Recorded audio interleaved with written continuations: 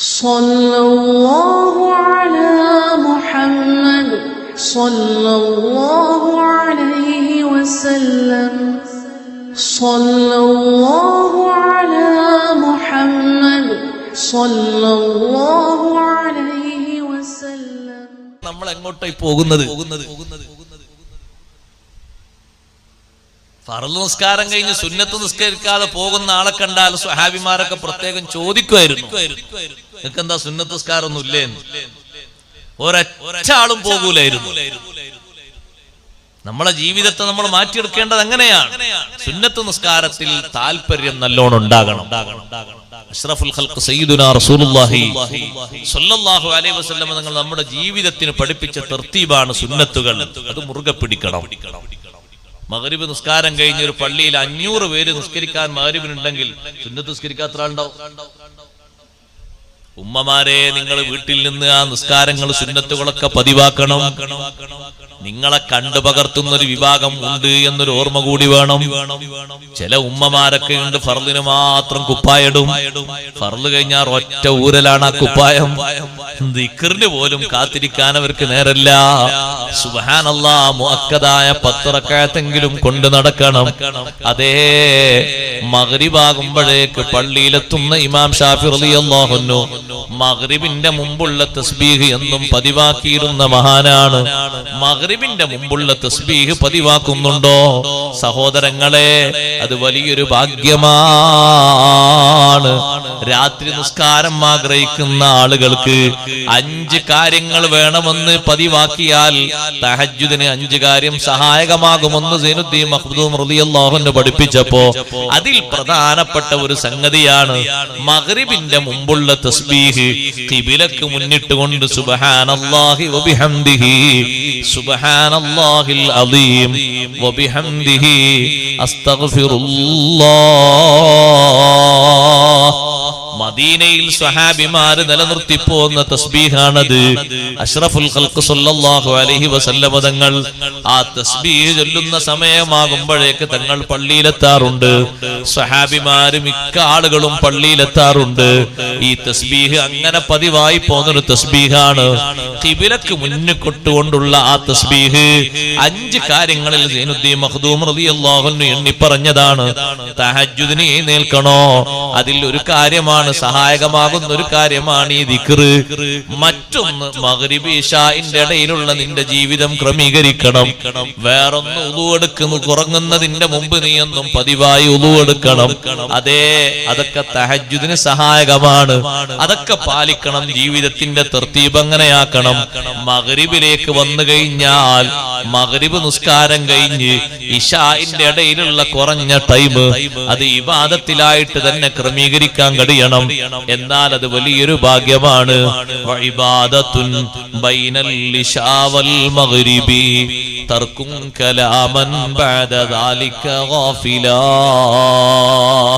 ഇശാ മഗ്രിബിന്റെ ഇടയിൽ കുറഞ്ഞ സമയമല്ലേ ഉള്ളൂ. എത്ര ശ്രേഷ്ഠമായ സമയമാണത്. വർഷങ്ങളോളമായി ഇശാ മഗ്രിബിന്റെ ഇടയിൽ സംസാരിക്കാത്ത എത്ര മഹാന്മാരുണ്ട്. സുബ്ഹാനല്ലാഹ്, ഇശാ മഗ്രിബിന്റെ ഇടയിലുള്ള സമയം ഇബാദത്തിൽ മാത്രമായി ചെലവഴിക്കാൻ കഴിയണം. ഉമ്മമാരെ, മക്കളെ പഠിപ്പിക്കുന്നത് ഇബാദത്താണ്. അവര് ഉറങ്ങുന്നതിന് മുമ്പ് അവർക്ക് പഠനങ്ങൾ കൊടുക്കണം. എഴുതാനുള്ളത് എഴുതിപ്പിക്കണം, വായിപ്പിക്കാനുള്ളത് വായിപ്പിക്കണം, ഓതിപ്പിക്കാനുള്ളത് ഓതിപ്പിക്കണം. ഇബാദത്താണ്. മഗ്രിബ് നിസ്കാരം കഴിഞ്ഞ് ഇശാഇന്റെ ഇടയിൽ സ്വറ പറഞ്ഞിരിക്കരുത്. സ്വറക്കേണ്ട സമയമല്ലത്.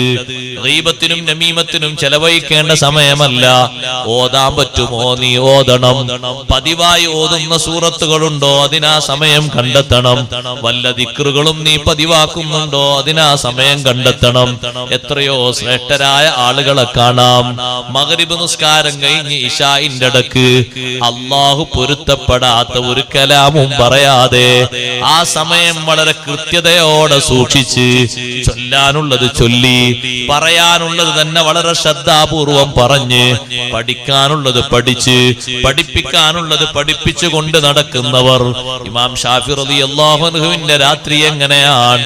കാന യഖ്സിമുൽ ലൈലത സലാസത അജ്സാ, രാത്രി 3 ഭാഗിക്കുന്ന മഹാനായിരുന്നു. രാത്രി 3 ഭാഗിക്കും. നമ്മുടെ ജീവിതത്തിലും ആ 3 കഴിയുമോ? കഴിയും. രാത്രിയുടെ ആദ്യ ഭാഗം അതേ ലിമുതാലാത്തിൽ കുതുബി, കിതാബ് ഓതുന്നതിനും ഓതിക്കൊടുക്കുന്നതിനും സംശയങ്ങൾ ദൂരീകരിക്കുന്നതിനും പഠിക്കുന്ന മുതഅല്ലിമുകൾക്ക് വിഷയങ്ങൾ സമഗ്രമായി പഠിപ്പിച്ചു കൊടുക്കുന്നതിന് ആദ്യത്തെ ഒരു ഭാഗം ചെലവഴിക്കും. ഒരു 2 മണിക്കൂർ 2.5 മണിക്കൂർ സമയം. ഇശാഇന്റെ ശേഷം വന്നാലോ പിന്നെ ഉറങ്ങാനാണ്. സുബ്ഹി വരെയാണോ? അല്ല, സുബ്ഹിന്റെ മുമ്പ് ഒരു സമയം മഹാനവറുകൾ എഴുന്നേൽക്കുന്നു. എഴുന്നേറ്റിട്ട് സുബ്ഹിന്റെ മുമ്പുള്ള സമയം തഹജ്ജുദിന് വേണ്ടി എഴുന്നേറ്റ് തഹജ്ജുദ് നിസ്കാരവും ഖുർആനോത്തും ദിക്റും ദുആവും പതിവാക്കുന്നു. ഇങ്ങനെ രാത്രി കാന യഖ്സിമുൽ ലൈലത സലാസത അജ്സാ, രാത്രി 3 ഭാഗിക്കുന്ന ഒരു പതിവുണ്ട്. സഹോദരങ്ങളെ, നമ്മളും രാത്രി അധിക സമയം ഉറക്കൊഴിച്ചുകൊണ്ട് കാത്തിരിക്കാതെ അതേ ഇശാഇന്റെ ശേഷം കാര്യമായുള്ള കാര്യങ്ങളൊക്കെ ഉപയോഗപ്പെടുത്തി ഹദ്ദാദ് റാത്തീബ് നമ്മുടെ നാട്ടിലൊക്കെ ഉള്ളൊരു പതിവാണ്. ആ ഹദ്ദാദ് റാത്തീബ് പതിവാക്കി ചൊല്ലി എല്ലാ ദിവസവും കൊണ്ട് നടക്കേണ്ട ഒരു വൃത്താണല്ലോ ഹദ്ദാദ്. റാത്തീബുൽ ഹദ്ദാദ് എന്നല്ലേ പേര്. റാത്തീബ് എന്ന് നമ്മൾ നീട്ടി വിളിക്കുന്നതാണ്. അറബി വാക്ക് ശരിക്ക് റാത്തീബ് എന്നാണ്. റാത്തീബുൽ ഹദ്ദാദ് പതിവായി ചൊല്ലുന്നൊരു വൃത്താണ്. അബ്ദുല്ലാഹിൽ ഹദ്ദാദ് റളിയല്ലാഹു അൻഹു ക്രോഡീകരിച്ച് ജനങ്ങളിലേക്ക് വിതരണം ചെയ്ത ആ ഹദ്ദാദ് വലിയ ശ്രേഷ്ഠതയുള്ള ദിക്റാണ്. ഹദീസിൽ പഠിപ്പിക്കപ്പെട്ട ദിക്റുകളാണ് അതിൽ ഉള്ളത്. ആ ദിക്റുകളൊക്കെ ചൊല്ലി തഹ്ലീലും ഫാത്തിഹയും മോദി ദുആർക്കുന്ന ആൾക്ക് വലിയ മഹത്വം ആ ദിക്റുകളെ കൊണ്ട് ദുനിയാവിലും ആഖിറത്തിലും കിട്ടും. ഇശാഇന്റെ ശേഷം നിർവഹിക്കുന്ന ഹദ്ദാദ് മഹാനവറുകൾ പറഞ്ഞു, അവിടുത്തെ പുത്രൻ അതിന്റെ വ്യാഖ്യാനം എഴുതിയ കിതാബിലും പറഞ്ഞു, വിശുദ്ധ റമദാനായി കഴിയുമ്പോ ഇശാഇന്റെ മുമ്പ് ഹദ്ദാദ് ചൊല്ലുന്നൊരു പതിവുണ്ട്. അല്ലാത്ത സന്ദർഭങ്ങളിലൊക്കെ ഇശാഇന്റെ ശേഷം ഹദ്ദാദ് ചൊല്ലൊരു പതിവാക്കുക. വീടുകളിൽ ഉമ്മമാരെ അത് സ്ഥിരമായി പതിവാക്കുക. നമ്മൾ ശീലമാക്കുന്നത് മക്കളെ കൊണ്ടും ശീലമാക്കുക. ഹദ്ദാദ് റാത്തീബ് കഴിഞ്ഞ് ഭക്ഷണം കഴിച്ച് ഇശാഇന്റെ മുമ്പ് ഭക്ഷണം കഴിക്കുന്നതാണ് നല്ലത്. അങ്ങനെയാണ് നബി സല്ലല്ലാഹു അലൈഹി വസല്ലം തങ്ങളും പഠിപ്പിച്ചിട്ടുള്ളത്. കഴിയുമെങ്കിൽ രാത്രി ഭക്ഷണം ഇശാഇന്റെ മുമ്പ് കഴിച്ച് ഉറങ്ങാനാകുന്ന നേരത്ത് ശരീരം ഒന്ന് നല്ല ദഹനം കിട്ടിയ രൂപത്തില് ഒന്ന് കിടന്നുറങ്ങിയിട്ട് സുബ്ഹിന്റെ മുമ്പ് എഴുന്നേൽക്കണം. സുബ്ഹിന്റെ മുമ്പ് എഴുന്നേറ്റുകൊണ്ട് തഹജ്ജുദ് നിസ്കരിക്കണം. എല്ലാവർക്കും ഒരേ